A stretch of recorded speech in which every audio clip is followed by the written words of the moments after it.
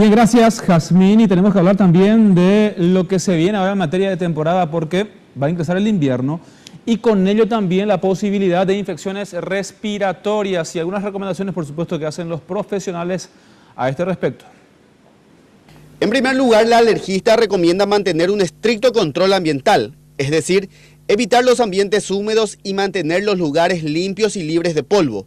También aconseja tener una buena alimentación, evitar condimentos, agregar a la dieta verduras y frutas, usar tapabocas, alcohol en gel, estornudar y toser usando la cara interna del codo. También es importante para evitar que los virus se propaguen en el ambiente.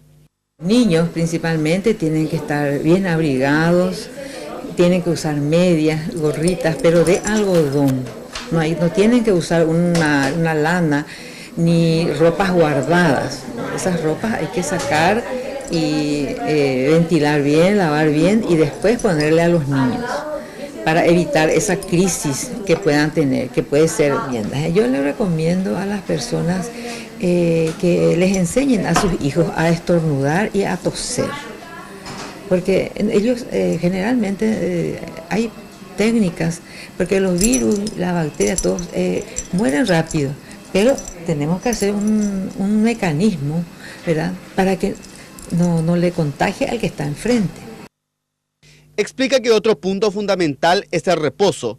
Cuando se tiene alguna enfermedad respiratoria, los niños y niñas con síntomas no deben ir a la escuela para no contagiar a otras personas.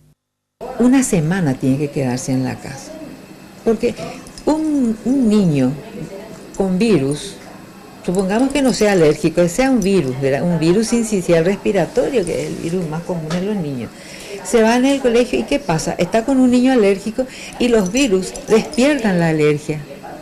Entonces, y si no le despierta la alergia, le transmite el virus a todos los que están ahí. Eso no, eso es muy peligroso, porque la alergia es una reacción exagerada a todo, ¿verdad?